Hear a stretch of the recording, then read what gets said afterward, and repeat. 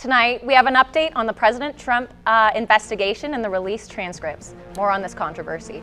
And a shooting at a Portland airport this morning. Murrow News 8 starts now.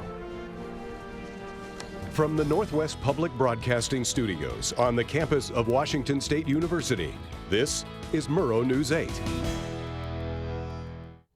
Good evening, I'm Celeste Harms. And I'm Corbin White. Welcome to Murrow News 8. An update in the Trump impeachment investigation. According to the Associated Press, White House attorneys asked to seal the rough transcript of Trump's phone conversation with the Ukrainian president. The rough transcript was moved to a highly classified system maintained by the National Security Council, and at this time, the motivation and timing of the move are unclear. Trump has taken to Twitter to call the phone call, quote, very legal and very good, end quote. According to NBC News, a person was injured in a shooting early this morning at Portland International Airport today. Kama Simmons, Port of Portland Police Department, said to NBC News that the shooting happened outside of a baggage claim area. Currently, the person has not been identified and was taken to a hospital with non-life-threatening injuries.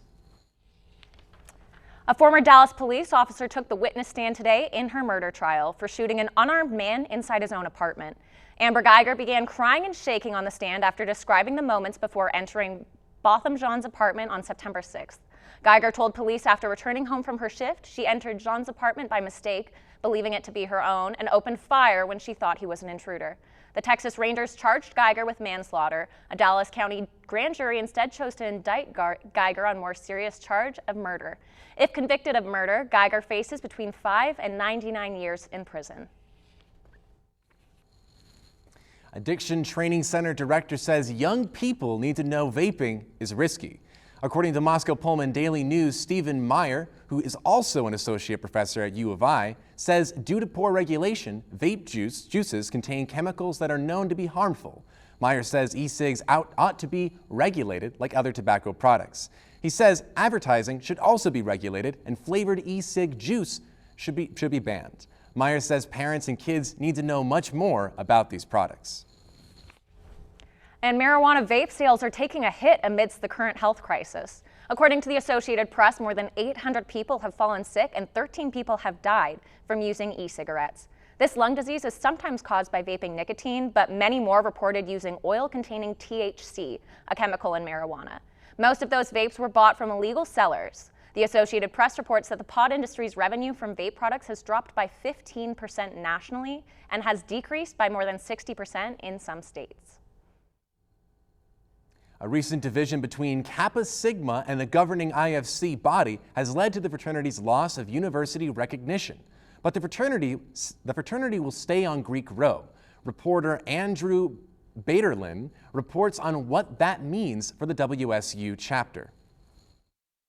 You see them in class, on campus, around town, and everywhere in between. Yes, Greeks at Washington State make up nearly 25% of the undergraduate population.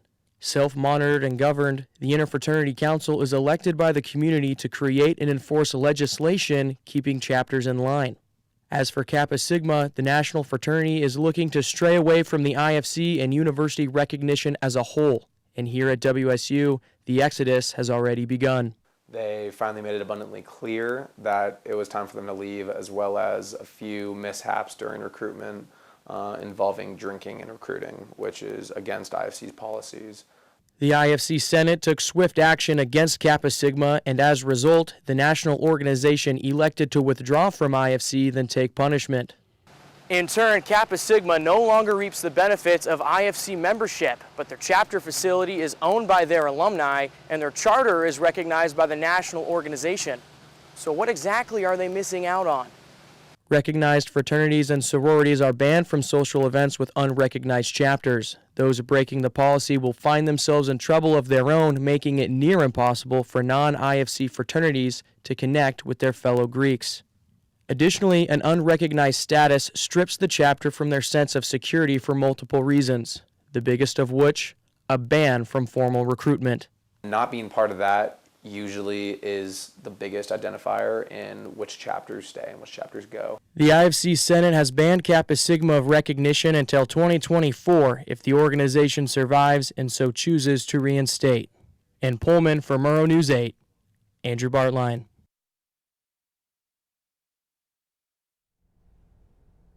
The Cougs are headed to Utah. Washington State University is playing the Utah Utes tomorrow at 7 p.m.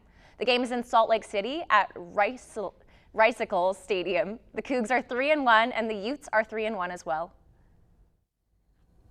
The Lauren McCluskey Foundation will host its first events in Pullman starting next week. Jill and Matt McCluskey are faculty members at WSU. Their daughter, a University of Utah student, was murdered on the school's campus last year. On October 5th, there will be a 5K race for campus safety in Pullman and a dinner fundraiser late that evening. According to Moscow Pullman Daily News, the foundation supports campus safety, amateur athletics, and animal welfare in McCluskey's memory. The Pullman City Council wants to make Pullman more appealing to businesses. According to Moscow Pullman Daily News, incumbent councilor Eileen McColl says city government should be prepared to grant permits, licenses, and spaces to businesses so they can get started right away. Incumbent councilor Ann Parks says the city should work with companies interested in economic development to bring in new businesses. The clothing bank is now open. The Academic Success and Career Center is accepting clothing donations weekends from 8 a.m. to 5 p.m. In the Leidy building, ASCC is looking for professional attire. They accept new and used clothing. Students do not have to give back clothing they take from the donation closet. An ASCC spokesman said students should not feel embarrassed using this resource. That's the Cougar Closet. The Pullman Parks and Recreation Commission discussed providing more accessibility for disabled children in a meeting yesterday. The park manager for the Pullman Parks and Recreation Department, Alan Davis, told the Daily Evergreen that they already completed a train that is wheelchair accessible. The equipment on the playground will be raised so additional padding can be placed underneath for added protection. At the same time, they are in the process of creating a new website that is more user-friendly. The website will be available for public use by October 28th. When we come back, Kevin has all of your sports stories, including an intriguing story on an interesting nationwide trend. That's when Murrow News 8 returns. This is the story of a boy who is very sensitive to lights and sounds. So he built secret hiding places where nothing could get in. The boy didn't like looking people in the eye. It made him feel uncomfortable. One day, he found out he had something called autism. His family got him help, and slowly, he learned how to live with it better. Early intervention can make a lifetime of difference. Learn the signs at autismspeaks.org. Days, months, Hey, I'm Jim from across the street. years, I'd like to give you this. a lifetime can rush by without realizing what we're missing. We lose some of the best moments, some that may never repeat, Come on. or detach from people around us. Our loved ones grow used to this pattern, but it doesn't have to be that way. We have a choice to take action.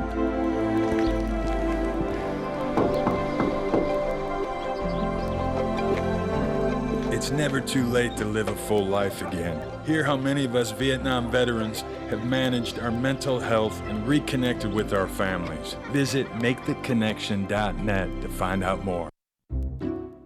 I'll never forget the day our landlord called and said, read your lease. No pets allowed. My owner tells him my dog ate the lease, but that didn't work. And now I'm stuck in a shelter. But this pit bull is ready for a new crib. I'm loving, loyal, and play well with others. So don't be intimidated by all my muscles, because the biggest one I have is my heart.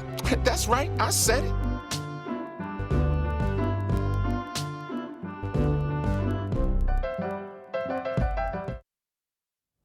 The Philadelphia Eagles won last night against the Green Bay Packers, 34-27.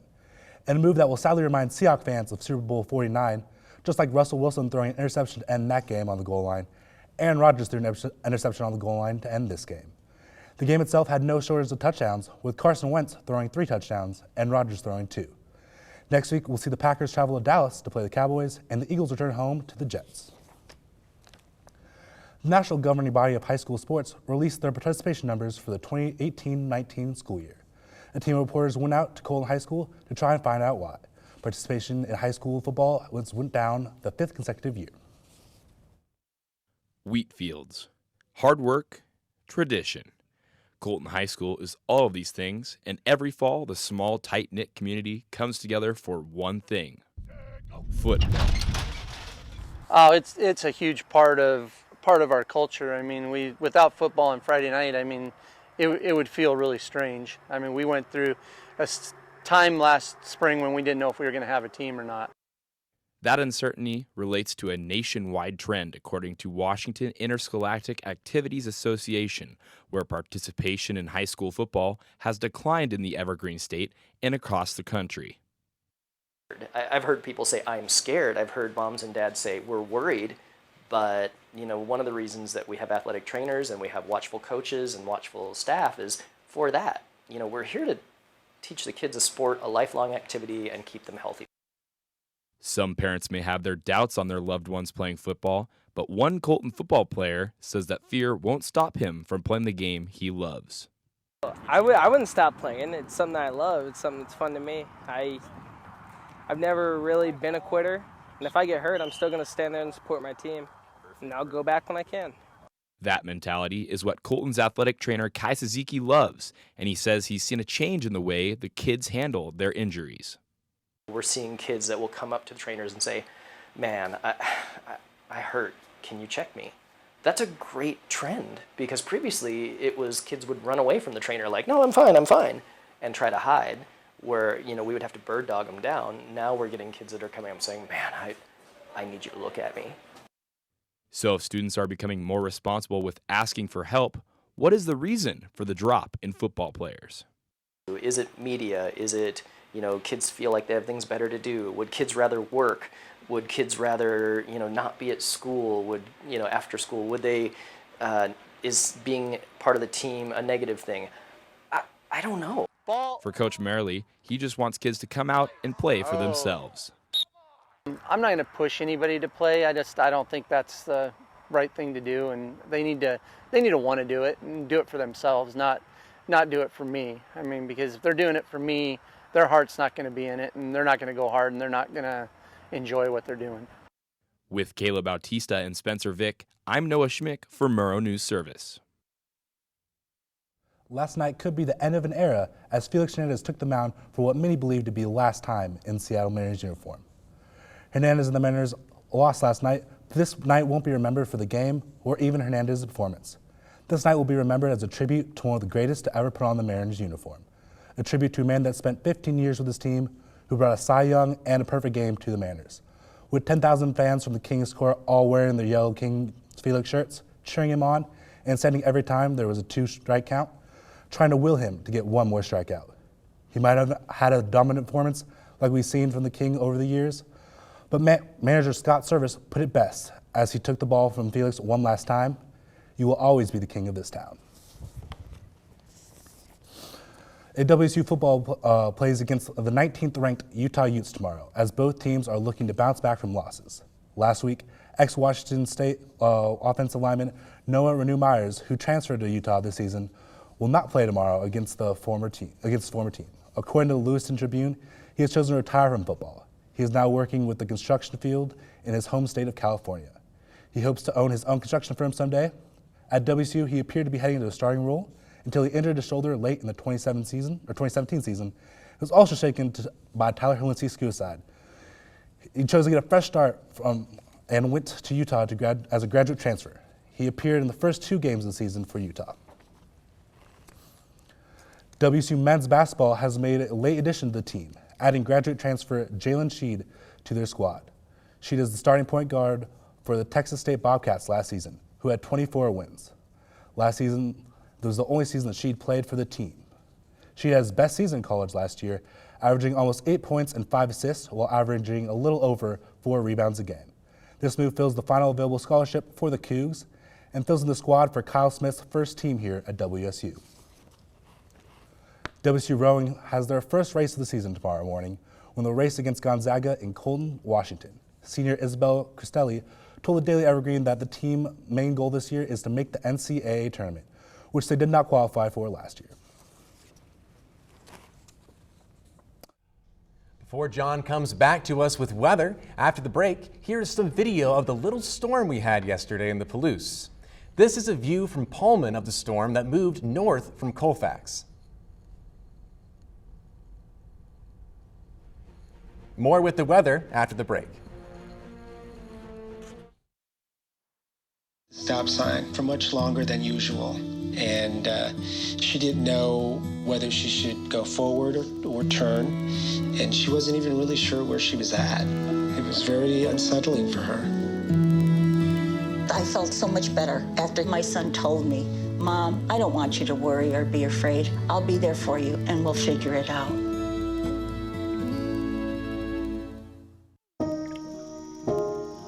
This is the story of a boy who didn't talk for a long time. The boy liked things to always be the same. Any changes would scare and upset him. The unknown was an unfriendly place. The boy was very sensitive to lights and sounds. So he built secret hiding places where they couldn't get in. The boy didn't like looking people in the eye. He wasn't trying to be mean, it just made him feel uncomfortable. Sometimes he would flap his arms again and again. One day I found out I have something called autism. My family got me help. Slowly, I found my voice and learned all the ways I could live with it better. Early intervention can make a lifetime of difference. Learn the signs at autismspeaks.org. Me and my boy Matt had it good. He had catnip that was off the hook. But one day, he brings a girl home, and she's allergic to cats. Every sneeze was a nail in my coffin.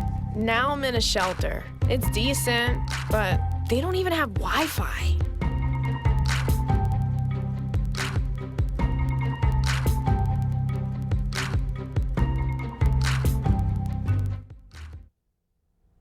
Welcome back. Now, we've already had some funky weather this week. John, what should we expect for today and heading into this weekend?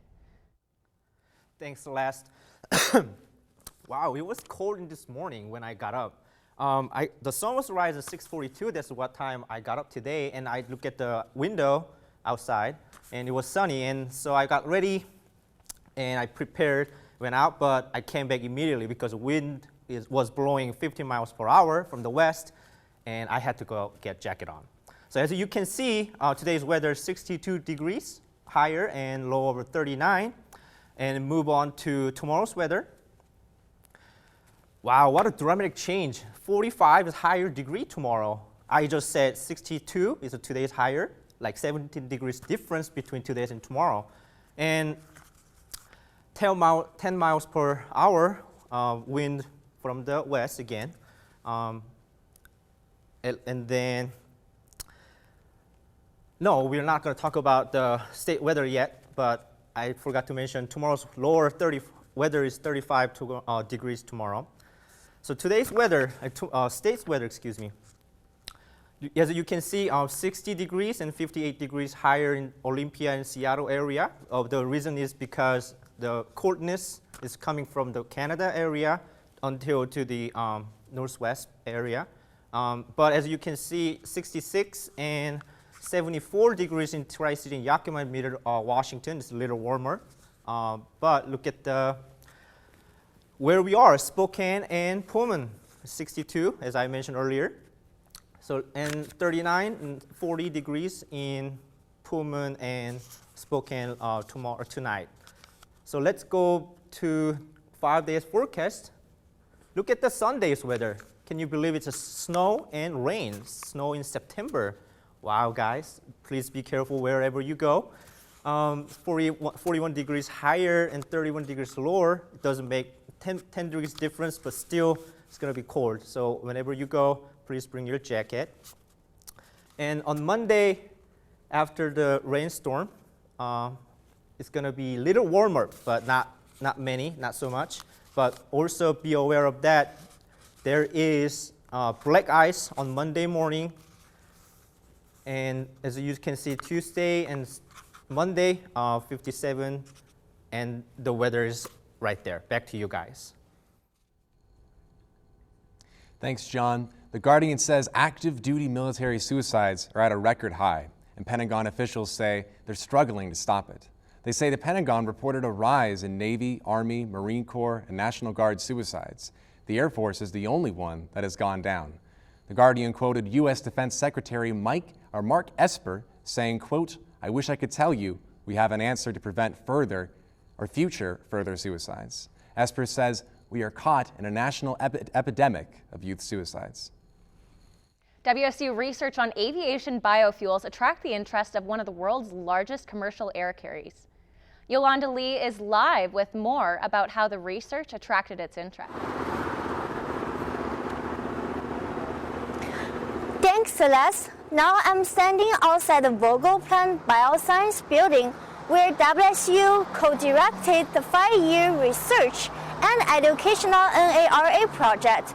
Their research study successfully converted waste wood products into aviation fuel used by commercial airlines, while the Delta Airlines, in partnership with Northwest Advanced Biofuels, will invest $2 million to carry out the effective study for faculty to produce sustainable biofuel. And Yolanda, what is the expected time for the study to be complete? So according to Delta Airlines, it expects the effective study to be complete by the middle of 2020. Then the Delta will evaluate the next steps. Back to you guys at the desk. Thanks, Yolanda. When we come back, a new voice will be coming to your Amazon Alexa, and it's sure to get your attention. We'll be back with that story after the break.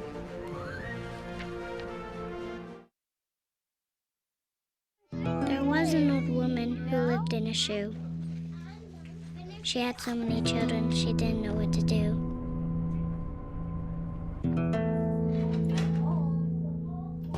She gave them some broth without any bread and kissed them all soundly. Lights out. Good night. And put them to bed. Hunger is a story we can end. End it at feedingamerica.org.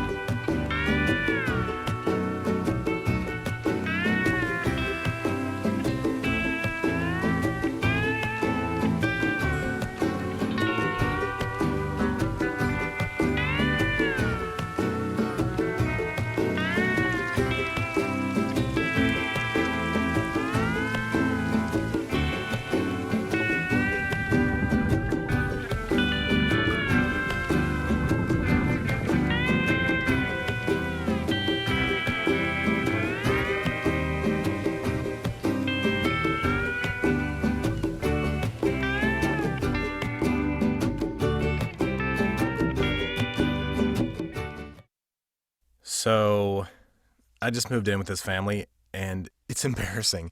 The little one, he likes to go outside and crawl around in the giant litter box. I don't know what he's doing. I mean, I was born and I knew how to use the litter box. Look at that! That's disgusting! Oh, poop already! You're making me nervous. Oh, okay, I can't look at this anymore. I really hope he grows out of this, for his sake. Welcome back. Samuel L. Jackson is coming to your Amazon Alexa. According to CNN, Jackson will be the first celebrity voice for the virtual assistant later this year. For 99 cents, you can hear the Oscar-nominated actor read you the news, give you a weather report, and cue up your playlist, all with the option of having him swear at you in the process. Jennifer Lopez and Shakira are headlining the Super Bowl halftime show. The duo took to Instagram and Twitter yesterday to announce the news. Both singers expressed their excitement and their desire to represent Latinos and Latinas. The Super Bowl is set for Sunday, February 7th in Miami.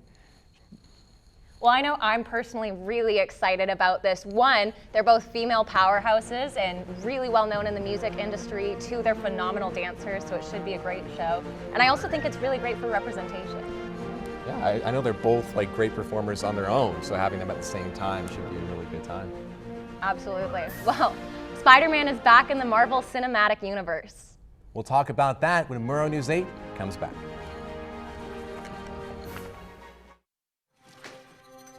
Days, months, Hey, I'm Jim from across the street. Years. I'd like to give you this. a lifetime can rush by without realizing what we're missing. But it doesn't have to be that way. We have a choice to take action. Visit maketheconnection.net to find out more.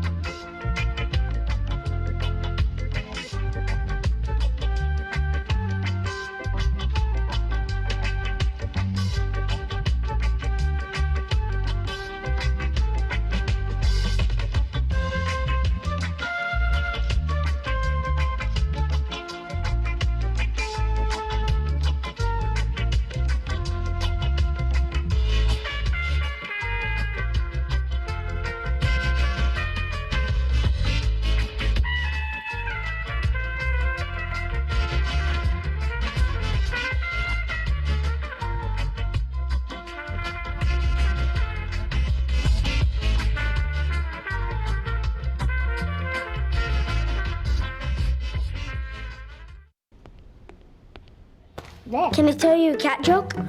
Just kidding. Why did the girl ask the mushroom to dance? Because he was a fun guy. What do you call a pig that knows karate? Pork chop. So how does a tissue dance? Put a little boogie on it.